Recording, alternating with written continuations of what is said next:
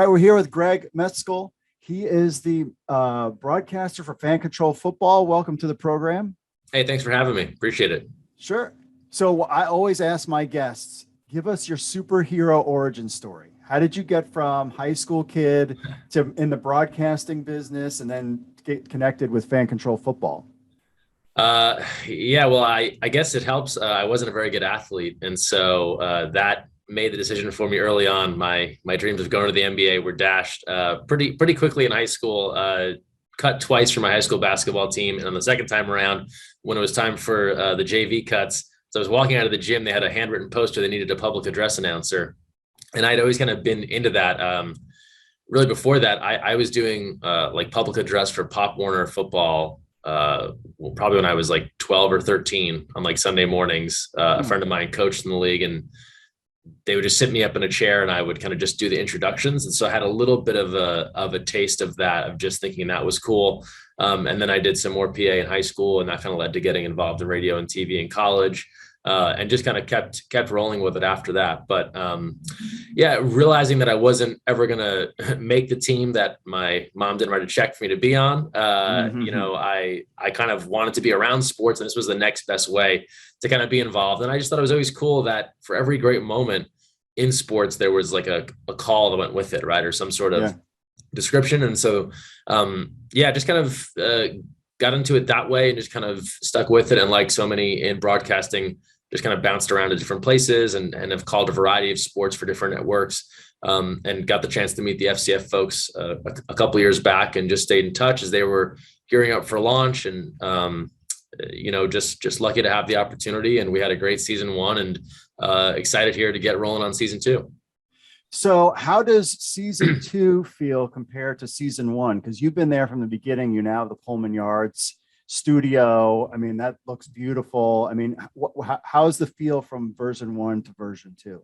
Yeah, and not to be cliche, right? But bigger and better than ever, I think is a very apt description, because you're talking about doubling the teams. So 4 teams to 8 teams, a facility. And we had a great experience last year in Duluth at Infinite Energy Arena. But this setup this year, this is like the vision come to life, right? Of what I think the FCF creators were hoping when it came to kind of a custom built production facility, right? The experience is really, while we will have some folks in attendance throughout the season, the experience really is for the viewer, at home on their phone or computer, however they're watching.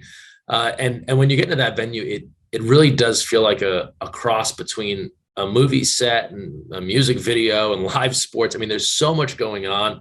We were talking recently, I was trying to think of the last sporting event I saw that had a spider cam and a drone live at the same time. I mean, the angles that you're getting at this place between those cameras and then your standard broadcast cameras, it really brings you into the action like few other sports you'll see. And then the video boards and the DJ and the lights and all that stuff, it just makes for a high energy, fast-paced environment. And I think it's everything the FCF has hoped it would be. So you just had the draft. Had you had a chance to talk to guys like Terrell Owens and Johnny Manziel before the season kicks off? No, I haven't. And I know she hesitated there and kicks off because we don't do kicking in the FCF. I find myself saying it all the time too, where I'm like, we're getting started. We begin, right? Because we're so trained to say we kick things off. Right. No, I haven't got a chance to talk to those guys. Hoping to do that as we get into the season. Just kind of getting acclimated to knowing a lot of the new faces. I've gotten to see some of the guys from last year, and Andrew Jamil, Quinn Porter. Good to see a lot of those guys back. And it's weird, honestly. I did a whole season. I didn't really meet the guys because of COVID protocols. I never got a chance to talk to them outside of this, right? Doing a Zoom or from a long distance. There was not that relationship where you could stop by practice or maybe see them around the hotel and talk to them. We had to have really strict protocols due to COVID. And so this year, a little bit different, where it's taking me back to other sports where I'm used to going up to a coach or some players before the game and kind of getting some information. So it's going to be fun to learn their stories and guys that I thought I knew, learn more about them. I just heard a story. Cecil Cherry played last year. I had no idea. Apparently he's wrestled alligators and all kinds of stuff. These are things that you would get when you could talk to these guys up close and personal. And so looking forward to that with the returners, but then also all these new faces that we haven't met yet. So the turnover was what would you say, like, as far as like guys coming back from now, is it 50-50 or? Yeah, I was trying to think of the math on that, right? Because you have 4 additional teams, True. so you had to inherently add so many more guys, right? Additional defensive and offensive units. I don't have an exact number, but it feels like there's like in the 30 to 40 guy returning amounts. That's poorly phrased, but somewhere around there. I could be wrong on that. I'm sure the league has exact numbers, but certainly some talented guys that moved on for different opportunities. But also a ton of guys. You look at the guys that are returning.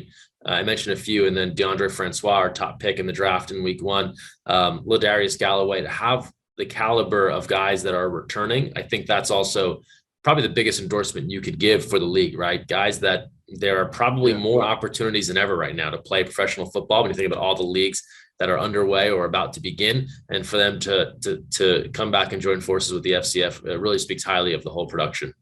So what are some guys that fans who are tuning in for the first time should keep an eye on? Aside from they're all going to tune in to see Terrell Owens at 48 years old, Johnny Manziel, to see him. But what are some other guys that fans should keep an eye on? Yeah, and that's the fun thing about this league is that there will be someone, a couple of guys that will emerge that none of us are all that familiar with. Doesn't mean that they didn't have a great college career wherever they played or wherever they came from. But after you get past those superstar known names, we saw it last year with a Jamil or a Travis Toivonen, Ladarius Galloway, guys that became just household names. And so I think when you talk about players to keep an eye on, if you're brand new to FCF, I mentioned Francois. People will know him from Florida State.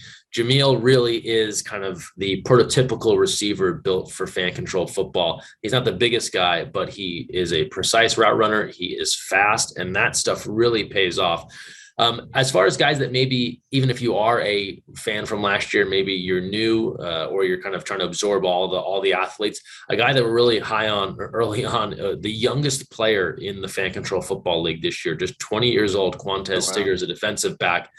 He has been fun to watch. And talking to the commissioner, Ray Austin, just highlights that he's so raw, right? Still learning the game, hasn't had that college football experience, but has found a place here amongst a bunch of grown men, right? So he's a guy that, how could you know him, right? Unless you were deep in his hometown high school football results, you'd never have heard of this guy. And now he's going to get a chance here to become potentially a fan favorite. So that's one that I think I'm interested in on the defensive end. And then on the offensive end, a lot of talk. If we talk about young, we got to talk old. Danny Southwick, 40 years young, right? A guy that's been around a long time, played at Occidental years ago, but still has a love for the game, still has great knowledge, right? And could be a guy that doesn't necessarily need to run the football a ton, but could be that precision passer that can be so dominant in this league. So you have all these, now you have 4 new teams. Pullman Yards is looking ready to go, where everything is, I mean, I saw some of the trial, you guys that were streaming some stuff, or a scrimmage game, all that seems to be ready to go. Are fans going to be in attendance for the first weekend? Yeah. Fans in attendance this weekend. And we had what we called kind of a tech test or rehearsal this past Saturday. It's funny, the only people that weren't really rehearsing were the players, right? It was supposed to be kind of a non-contact. You had the quarterbacks out there in red jerseys. That lasted all of about 10 minutes before everyone was just full on tackling everybody. These guys are so ready to go, so fired up for the season. And so that part of it was at full steam. And then the rest of it has really come a long way in the last couple of weeks. And so, fans in attendance this weekend, live performance by Steve Aoki in our evening session. Of course, he's affiliated with the Aoki team, one of our 4 new squads. That's my team. I have the NFT and everything. So yeah. So that's been a fun wrinkle to it too.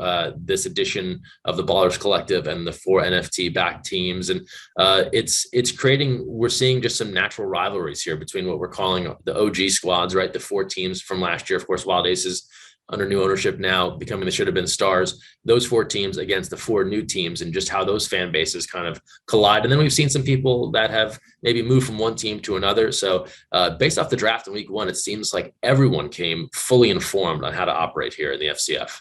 Yeah. So when fans come up to you or they learn about Fan Control Football, like why should fans watch? Here's your chance to pitch them. because these are all football fans that are beyond just NFL. Like, so why should they watch fan control football? Well, I think the number one thing I've learned through this is you can never underestimate the love of football in this country, right? No matter where it's being played, there is such a joy to watch football.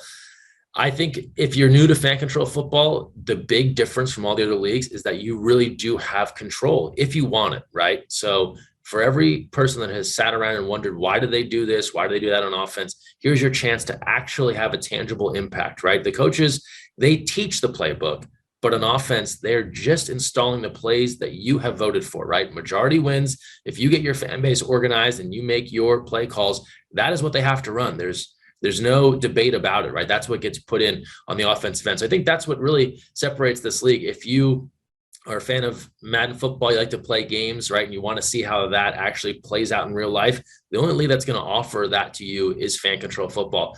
Conversely, if you could care less, right? If you're not into calling plays and you just want to watch football, you're just a guy that watches on Saturday or Sunday. This is another league for you to enjoy that is quick, right? We keep it moving.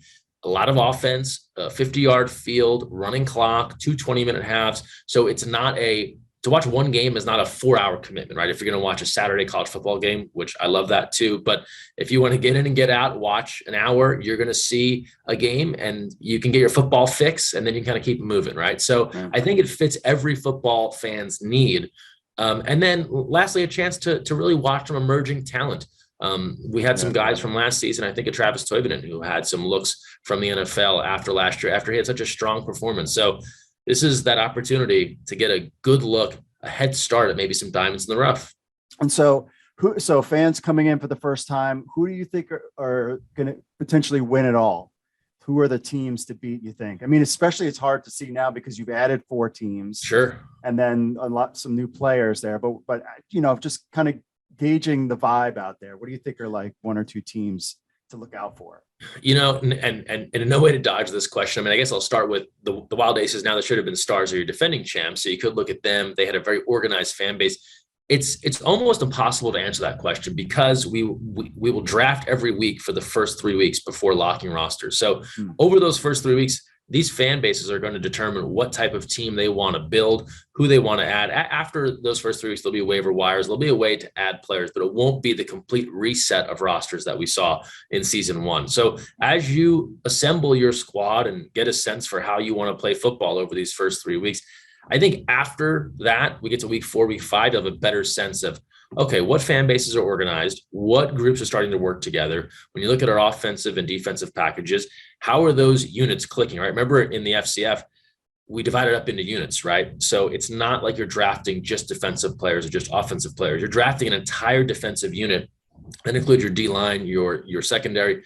Conversely, on offense, you're drafting your offensive line and your tight ends as a package. Those package groups play twice every Saturday, right? So they're split up amongst 2 teams to go in a couple of games each Saturday. So I think as that progresses and fans get a sense, last year, the most organized, the most collaborative fan bases, those are the ones that started to click, right? The Wild Aces group from a year ago, very communicative when it came to what do we want to do? How are we assembling our team? And it's just like any other football, right? If your staff, if your organization, your GM right on down is organized, you're going to have success on the field. And that's the same thing here in the FCF. So I'm very curious to see how fans go about building these teams, who they want to pick, and then what players start to click. We were talking so much in the week 1 draft about the connection between DeAndre Francois and Andrew Jamil for the Glacier Boys last season. They'll start out this year split up, right? They were picked on different teams, but who'll be that next connection that just naturally fits in and fans want to see them together week in and week out? Well, it's funny because, in watching NFL, it's like the fans always think they can do it better. Yeah. And now, if your team stinks, it's technically it's your fault. It's the fans' fault. You're only blaming yourself. It's the funny thing. So much of this, we put it back on the fans, right? Yeah. If you don't like the way this thing is going, pick your team better. If you don't like the way you're running on offense, call a different play, right? Rally your friends. If you feel like you know it best, right? And we talk about our fan IQ every week and how if you're making the right play calls, your fan IQ increases. But also, if you're calling what ends up being a good play, the majority doesn't take it, right? And that play fails, you still get fan IQ for being smarter than the rest of the group, right? So if you know this well, recruit some buddies, right? Get people involved so that you're all on the same page. You're calling plays and you can have a positive influence. And then we add to it, we talked a bit about the way you can watch the games. So much coverage this year of the FCF. So if you're interested in this, it is available on so many platforms. Again, it's on you, the fan, right? If you're missing these games, it's not for a lack of opportunity. So we got Twitch is the main one, but then it's NBCLX. NBCLX and Peacock will cover every game. So between Twitch and NBCLX and Peacock, you're going to have every game covered. You also have DAZN internationally, Fubo TV, lots of opportunities. And what I love about the NBCLX and the Peacock, especially for viewers here in the US, is you think about maybe some of our older fans, right, who don't really have a handle on technology part of things. I think about my parents, right? Are they going to be firing up Twitch? Probably not, but they have NBCLX on their cable. They can quickly navigate to that channel and enjoy the game just the same as any football fan. And those on Peacock, that's live. It will be live, not recorded or anything. Mm-hmm. Okay. And then, so my final question for you is, where do you think fan control football will be in the next 3 to 5 years? I mean, you got venture capital money coming in. You had the NFTs. I believe that was a success. Fans were really interested in that integration, and which I think is a big thing in the future for NFL, and all of these other leagues are going to be doing NFT kind of integration. Like, so where do you see the league, I mean, growing in the next 3 to 5 years? Well, we've talked so much about fan input, and I have to say, part of the future of this league, I'd have to imagine, and the 4 founders are so ambitious and so innovative with where they want to take things. I think a lot of it will be fan dictated, right? What else do fans want to see? We saw it in season 1. Fans felt a rule needed to be adjusted or something had to be fixed. There wasn't weeks of meetings, right? The founders got together in a room, decided, no, that's a bad idea. We're changing it. Fans want it this way. And we made that change in real time. So they're always pushing the envelope. They're always trying to expand and grow. Could we see additional teams? Could it be a bigger venue? That sort of thing. I think everything's on the table when you're talking about technology, the way that can grow, stuff that we can't even imagine yet, right? Is there enhanced virtual reality elements, those sorts of things. So it is one of those things where my understanding of it through the founders is that they're very intent on not being stuck in any old ways, right? Very much about being innovative. How can they push the envelope forward? How can they best serve the fans? This whole thing, as much fun as it is to watch football, it doesn't work if the fans aren't invested in. So I think that fan feedback is going to be essential to whatever happens down the road. Yeah, well, it's going to be a fun ride, that's for sure, and a lot of fun to watch. So fans can check it out. All right, Greg. Hey, I appreciate your time on the show, and we will be seeing you during the Fan Control football broadcasts. Excellent, Mark. Thanks so much for the time, and appreciate talking with you today.